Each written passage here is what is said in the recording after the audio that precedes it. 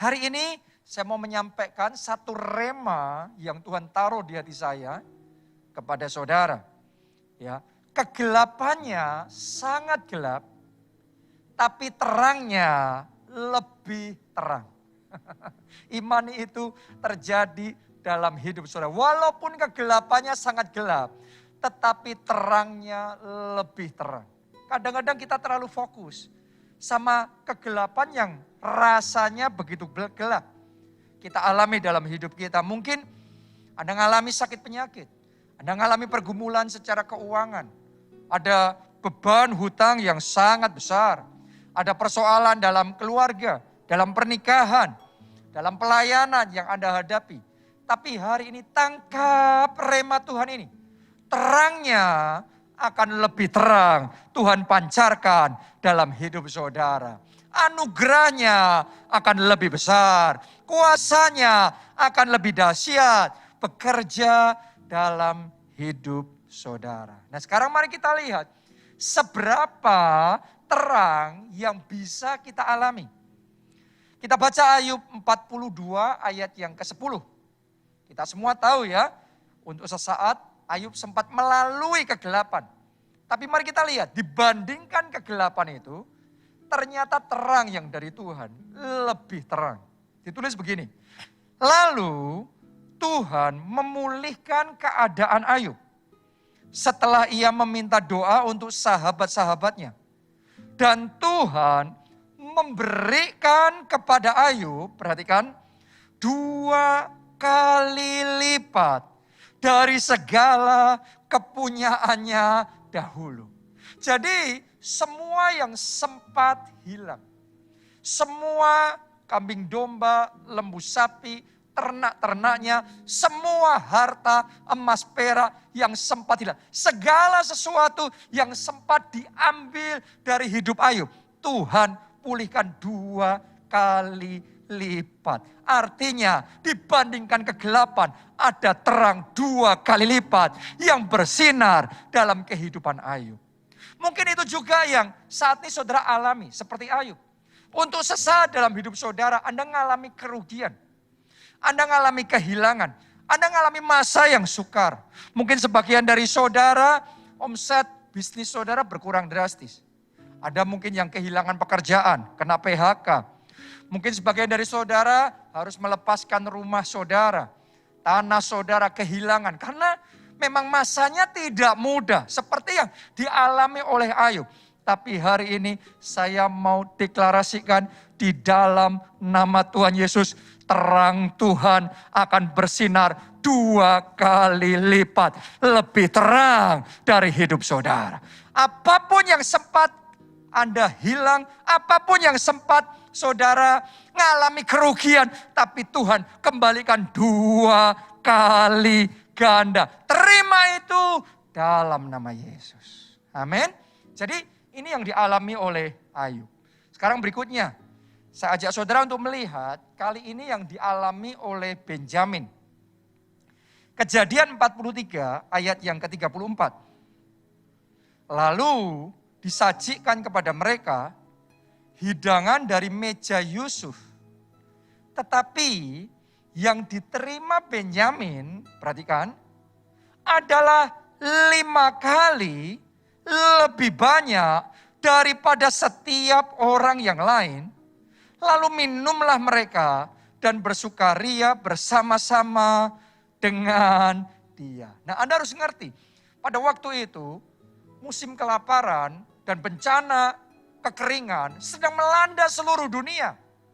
Tapi yang luar biasa, di saat kegelapan begitu gelap, buat Benjamin ada terang yang lebih terang. Bahkan dia bukan cuma mengalami terang biasa. Dia bukan cuma dikasih kelimpahan biasa. Dia dikasih, dicatat porsinya 5 kali lebih banyak. Saya berdoa berkat yang dialami Benjamin ini juga diimpartasikan dalam hidup saudara. Kelompok saudara 5 kali lebih banyak.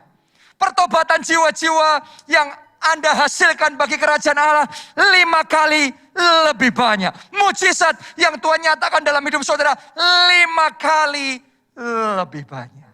Amin. Jadi ternyata terang Tuhan itu selalu lebih terang.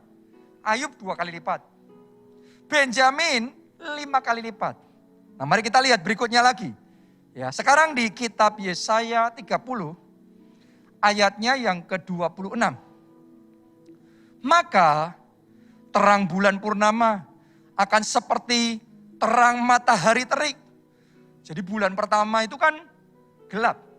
Tapi waktu gelap pun terangnya seperti matahari terik. Kayak siang hari. Dan terang matahari terik akan 7 kali ganda. Yaitu seperti terangnya 7 hari. Pada waktu Tuhan membalut luka umatnya dan menyembuhkan bekas pukulan. Anda yang kena pukulan, Anda yang sekarang terluka, mengalami kegelapan. Saya mau nubuatkan Tuhan akan sembuhkan saudara. Tuhan akan balut luka saudara. Dan ketika itu terjadi, maka terang 7 kali lipat bersinar atas hidup saudara. Kalau Anda mengalami terang yang jenis satu ini, Alkitab mencatat, engkau enggak lagi mengalami gelap. Kenapa? Karena saat malam pun itu tetap terang. Jadi malamnya enggak gelap, malamnya kayak siang, kayak terang. Apalagi siangnya. Siangnya dicatat dalam Alkitab. Terangnya 7 kali ganda. Jadi kalau saudara mengalami terang kemuliaan Tuhan yang satu ini. Maka low season dalam hidup saudara. Itu pun sama seperti orang lain sedang mengalami puncak. Mengalami diberkati. Apalagi saat saudara high season. Saat engkau sedang diberkati. Tuhan akan memastikan terang kemuliaannya 7 kali ganda tercurah, dimanifestasikan, nyata itu di dalam hidup saudara. Oke, jadi walaupun gelapnya sangat gelap, tapi tangkap rema ini, terang dari Tuhan lebih terang, minimal 2 kali, bisa 5 kali, bahkan baru saja kita baca 7 kali. Sekarang saya tambahkan sama saudara yang berikutnya, itu bukan cuma 7 kali, tapi tidak terbatas. Masih ingatkah saudara kisah tentang janda Nabi yang waktu itu mengalami kegelapan?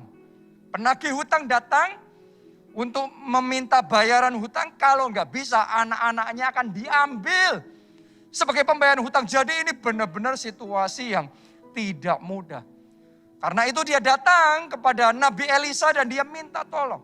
Dan atas petunjuk Nabi Elisa, ya Tuhan menyatakan kuasanya dan mujizat terjadi.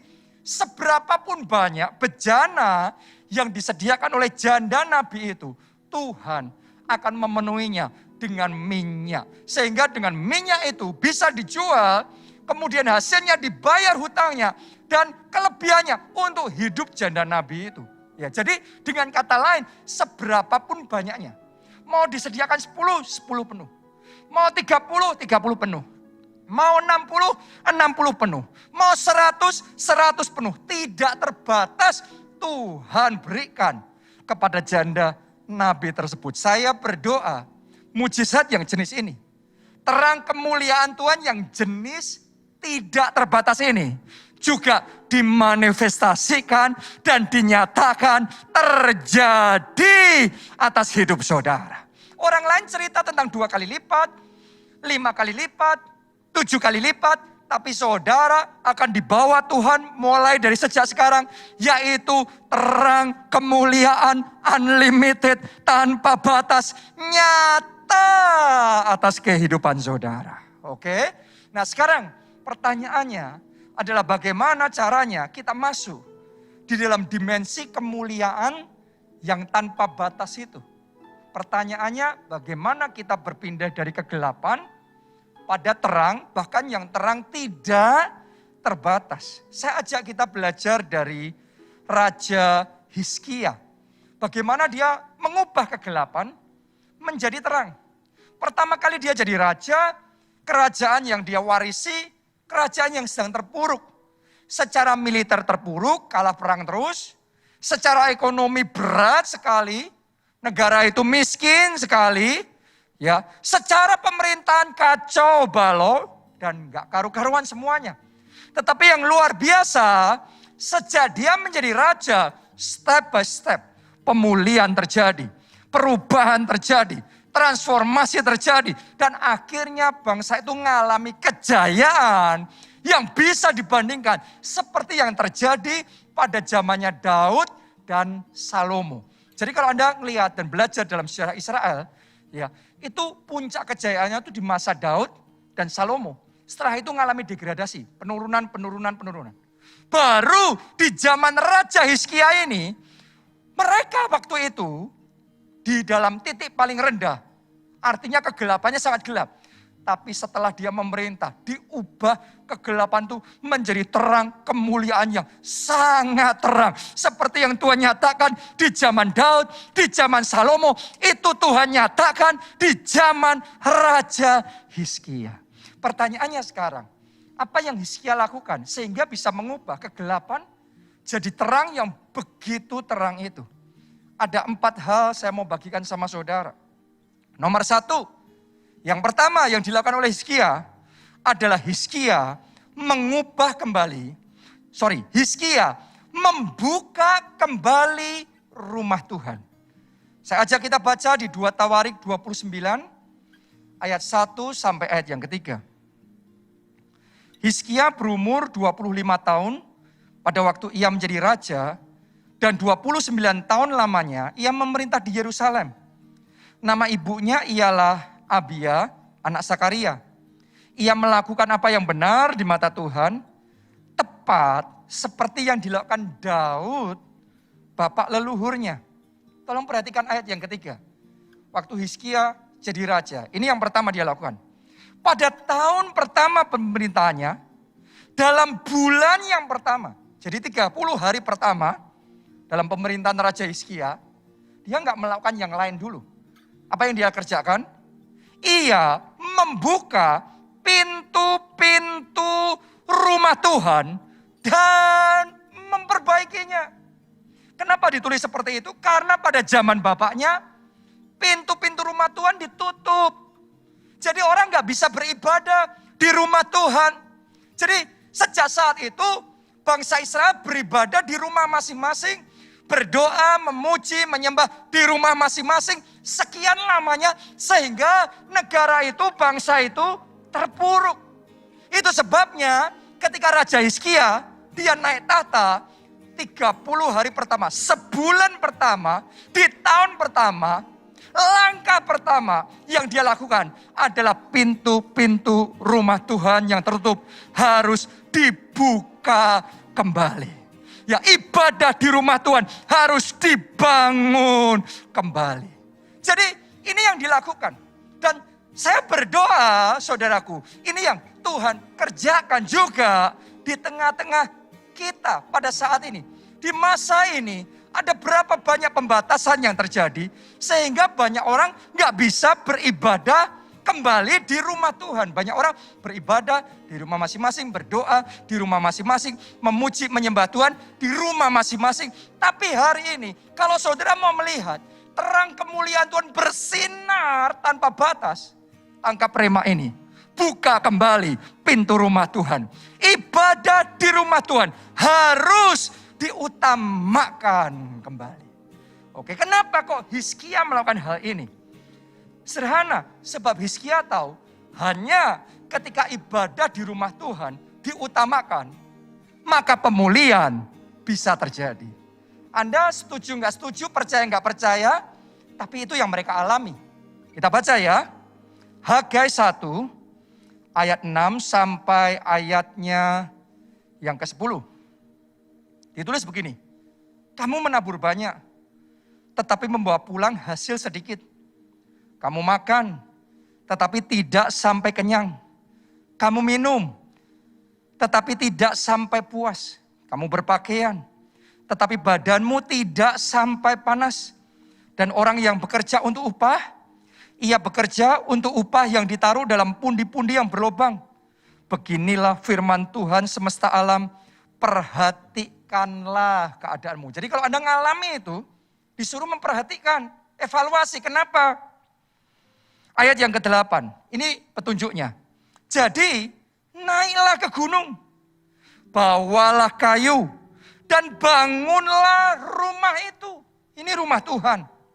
Maka aku akan berkenan kepadanya dan akan menyatakan kemuliaanku di situ, firman Tuhan. Jadi selama ibadah di rumah Tuhan itu terbengkalai, maka seolah-olah yang dialami bangsa itu, mereka berjuang, mereka berusaha, mereka berdoa, mereka melakukan semuanya, tapi seolah-olah nothing, seolah-olah sia-sia. Dan Tuhan ngomong, sekarang ayo naik ke gunung Tuhan, bawa kayu, bangun kembali rumah Tuhan. Bangun kembali ibadah di rumah Tuhan. Buka kembali pintu-pintu rumah Tuhan. Itu yang tepat dilakukan oleh Hizkia. Oke, lanjutkan dulu ayat yang 9 dan 10.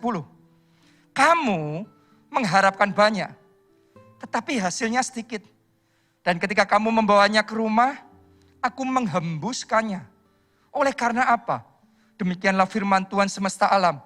Oleh karena rumahku tetap menjadi reruntuhan. Jadi rumah Tuhan gak terurus dengan baik. Ibadah di rumah Tuhan terbengkalai. Sedang kamu masing-masing sibuk dengan urusan rumahnya sendiri. Jadi enggak gubris di rumah Tuhan, semua pokok di rumah sendiri. Itulah sebabnya langit menahan embunnya dan bumi menahan hasilnya. Jadi dari sini kita bisa melihat, kalau ibadah di rumah Tuhan enggak diutamakan semuanya, pokok di rumah sendiri, mesti ada sesuatu yang kurang. Mesti ada sesuatu yang gak beres. Itu sebabnya Tuhan ngomong, ibadah di rumah Tuhan harus diutamakan. Tepat seperti itu yang dilakukan Hizkia. Dia mengutamakan ibadah di rumah Tuhan. Dia membuka kembali pintu-pintu rumah Tuhan yang sempat tutup. Dibuka kembali. Jadi hari ini saya ingin ajak saudara, ayo kita kembali ibadah di rumah Tuhan. Ayo kita utamakan kembali ibadah di rumah Tuhan. Anda yang sudah sekian lama gak beribadah, kalau bisa diizinkan kita kembali ibadah onsite.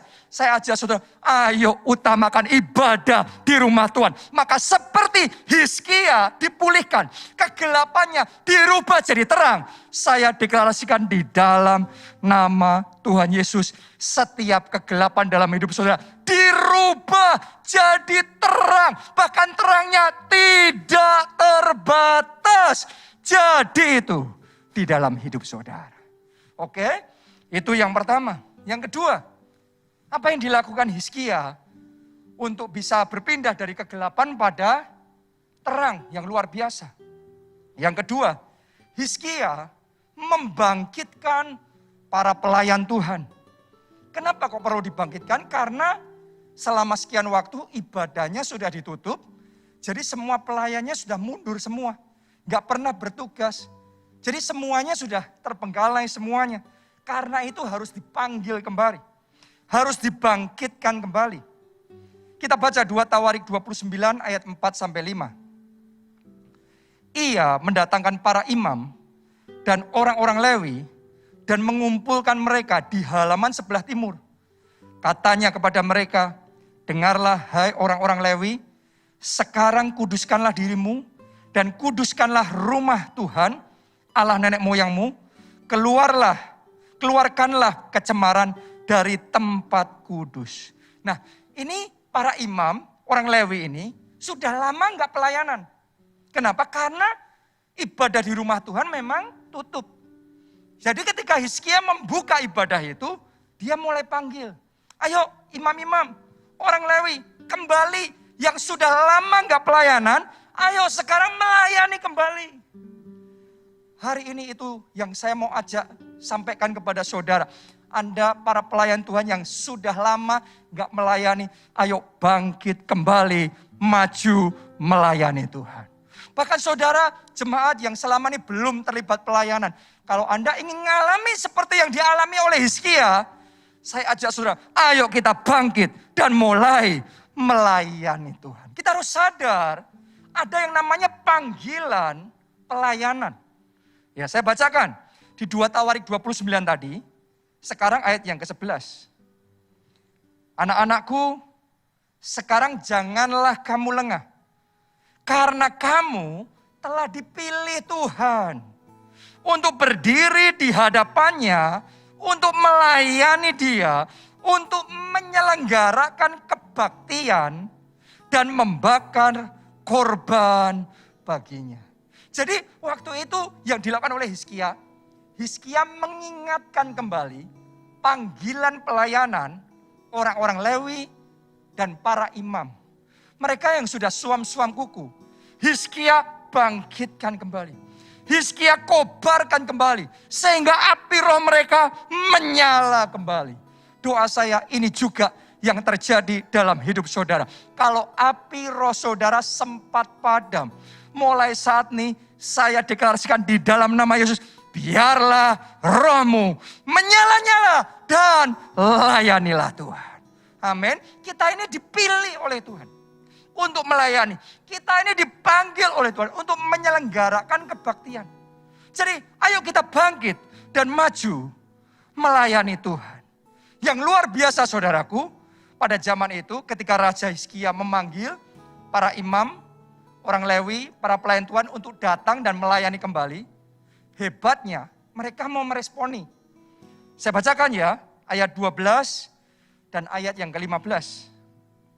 Lalu bangunlah orang-orang Lewi itu. Tadinya mereka sudah gak pernah di rumah Tuhan, masing-masing di rumah masing-masing.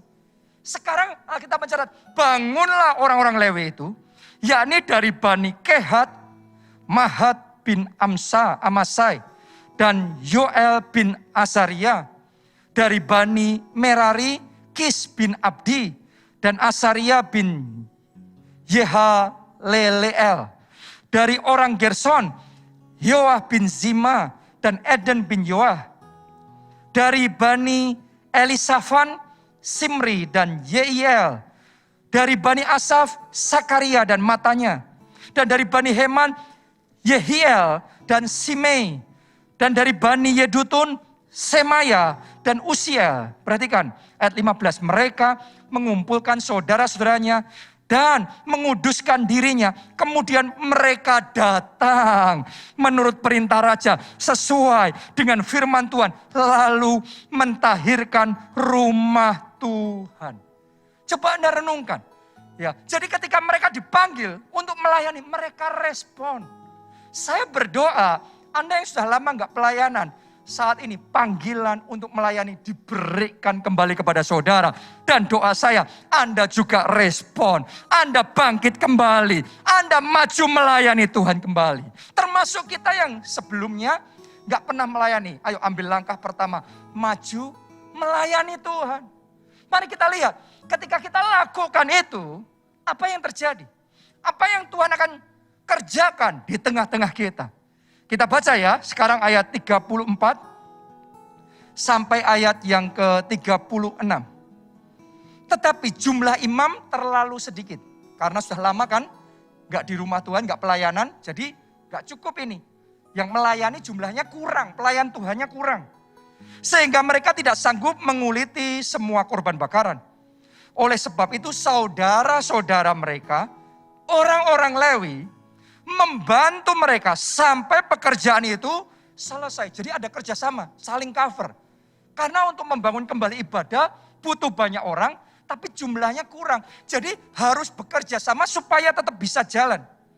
Dan sampai para imam menguduskan dirinya, sebab orang-orang Lewi itu lebih bersungguh-sungguh menguduskan dirinya daripada para imam. Doa saya, saudara termasuk orang-orang Lewi yang lebih bersungguh-sungguh. Doa saya, kesempatan, semangat pelayanan saudara lebih bersungguh-sungguh. Roh melayani saudara lebih bersungguh-sungguh. Amin. Ditulis begini, ayat 35. Lagi pula korban bakaran itu banyak. Dengan segala lemak korban keselamatan dan segala korban curahan pada korban-korban bakaran itu, demikianlah ibadah di rumah Tuhan ditetapkan kembali. Ayat 36.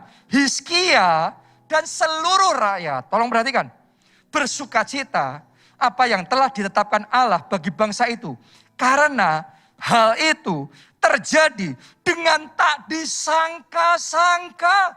Wow, orang tadinya tidak menduga bakal berhasil. Ya, ketika Hizkia memulai, orang mungkin menganggap enteng, memandang sebelah mata.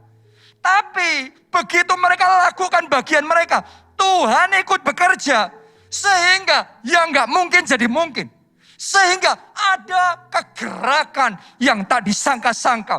Ada kebangkitan yang tak disangka-sangka. Ada sukacita yang tak disangka-sangka. Doa saya yang seperti ini, Tuhan kerjakan di tengah-tengah kita. Di tengah masa kegelapan dan kekelaman ini, ada terang kemuliaan Tuhan yang tak disangka-sangka terjadi, dimanifestasikan di tengah-tengah kita.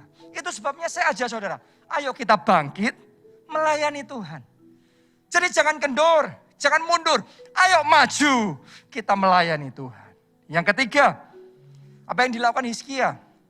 Hizkia membangun kembali pondok Daud. Saya ajak saudara baca di 2 Tawarik 29. Sekarang kita fokus ayat 25 sampai 27. Ia menempatkan orang-orang Lewi di rumah Tuhan dengan ceracap, gambus, dan kecapi sesuai dengan perintah siapa? Daud. Dan Gad, pelihat raja dan Nabi Natan. Karena dari Tuhanlah perintah itu dengan perantaraan nabi-nabinya. Maka berdirilah orang-orang Lewi dengan alat-alat musik Daud. Demikianlah pula para imam dengan nafiri. Jadi ternyata alat-alat musiknya Daud yang sudah lama nggak terpakai, sudah berdebu, sudah kotor, sekarang dibersihkan. Sekarang dipersiapkan, sekarang dipakai lagi. Coba dah renungkan. Demikianlah, ya ayat 27. Lalu Hizkia memerintahkan untuk mempersembahkan korban bakaran di atas mezbah.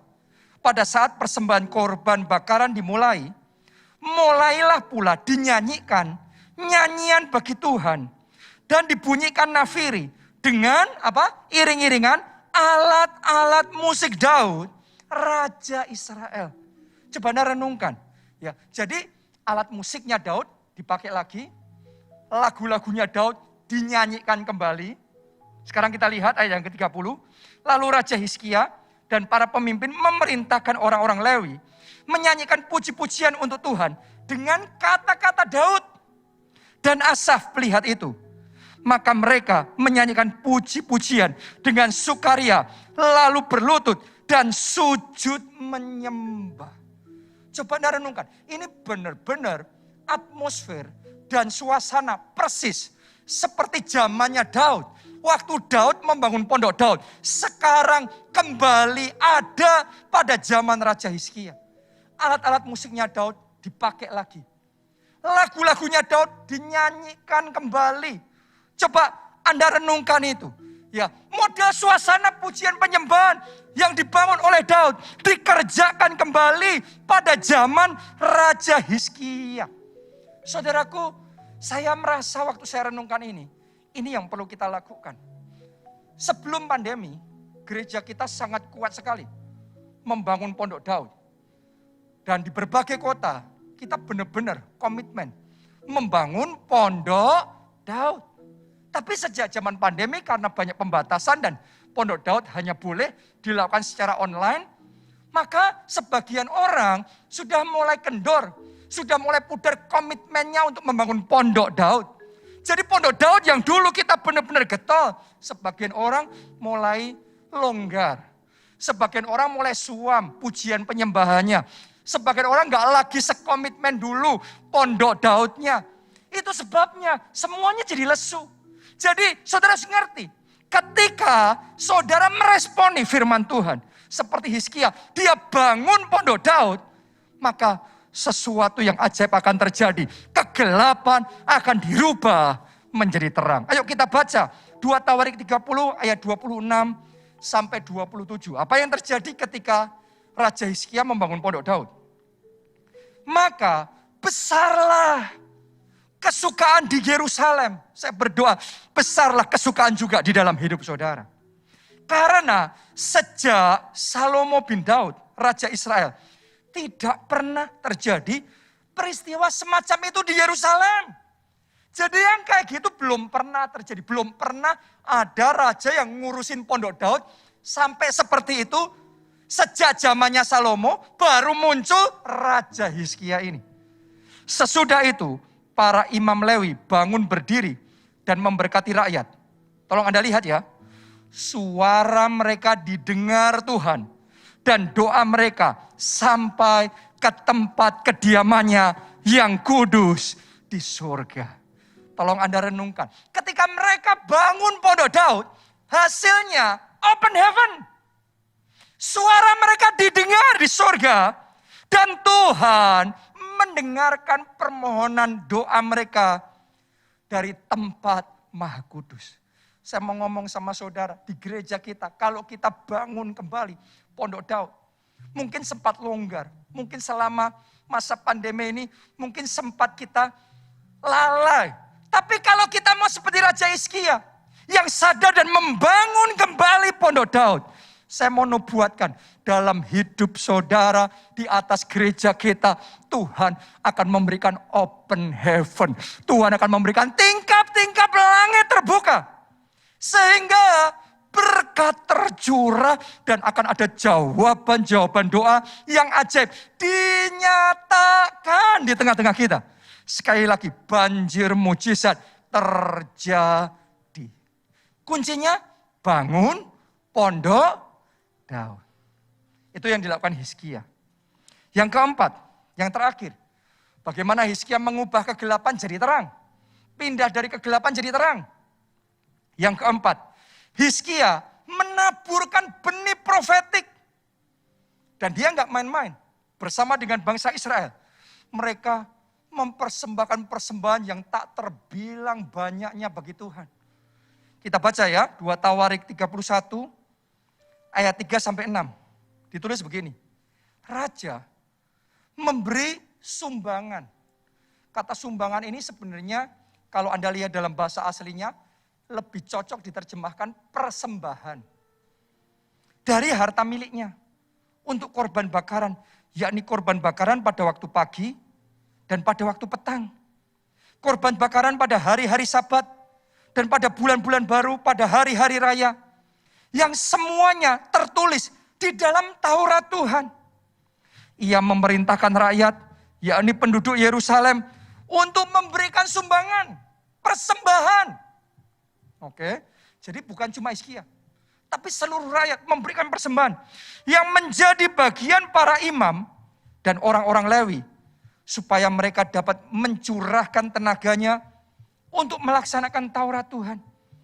Segera setelah perintah ini tersiar, orang Israel membawa dalam jumlah yang besar hasil pertama daripada gandum, anggur, minyak, madu, dan segala macam hasil bumi.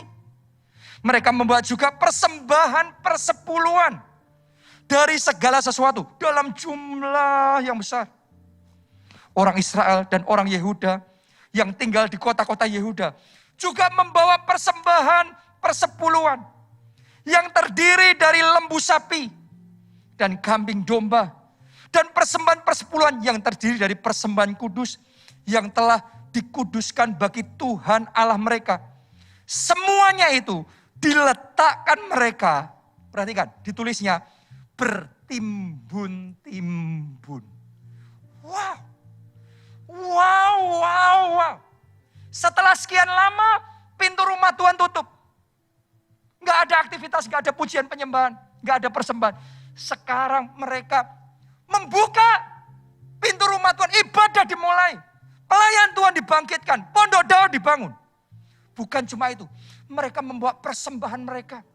Hizkia, seluruh rakyat membawa persepuluhan mereka. Sampai ditulis jumlahnya bertimbun-timbun. Persembahannya bertimbun-timbun. Persepuluhan mereka bertimbun-timbun. Padahal saudara harus ngerti, mereka lakukan ini pada waktu masih terpuruk. Waktu masih nggak punya apa-apa. Tapi mereka dengan segenap hati menaburkan benih profetiknya sampai bertimbun-timbun. Itu korban saudara. Mari kita lihat, ketika mereka kerjaan itu, apa yang Tuhan lakukan buat mereka. 2 Tawarik 32.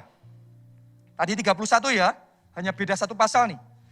2 Tawarik 32, sekarang kita baca ayat yang ke-27 sampai 30. Ini ayat terakhir, saya ajak saudara fokus di ayat yang ke-27 saja. Nanti sampai 30 Anda baca sendiri di rumah. Ditulis begini, Hizkia mendapat kekayaan dan kemuliaan yang sangat besar. Wow. Dan saya beritahu saudara bukan cuma Hizkia. Bangsa Israel mengalami kejayaan yang belum pernah dialami sebelumnya.